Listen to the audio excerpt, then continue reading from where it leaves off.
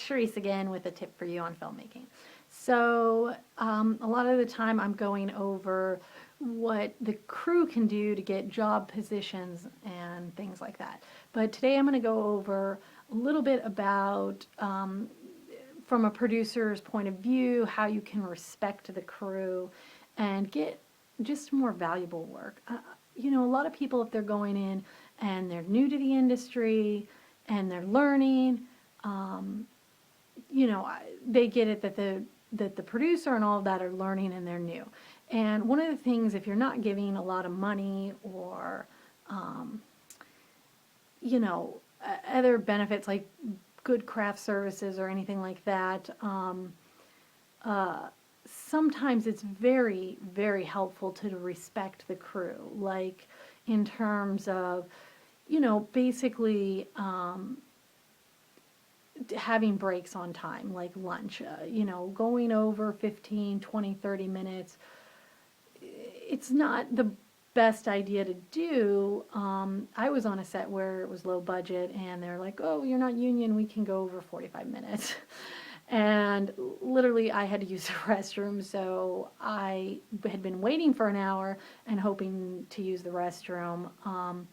And then they went an extra 45 minutes. So basically for 2 hours, I held it while we were trying to go over doing more shots, and it absolutely wasn't necessary. So one of the things that you can do, though, as a producer to respect the crew is just by starting breaks on time and treating them politely.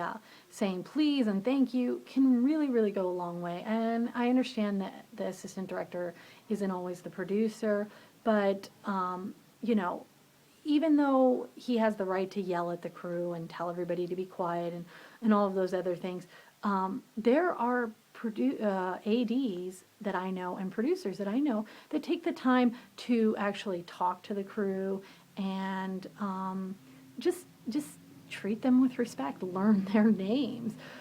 Directors that do that, and the product becomes so much more valuable and better, and people want to work on the project and they want to do things for you.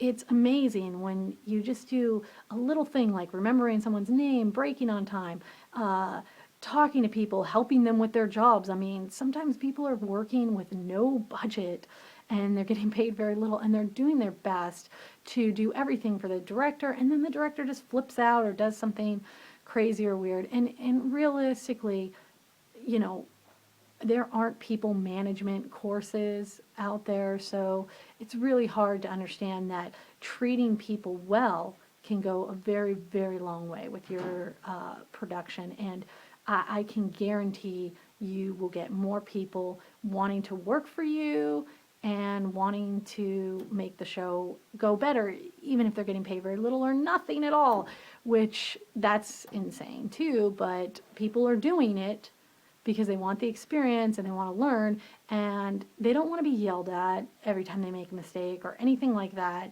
You know, you're not hiring somebody that's a big crew.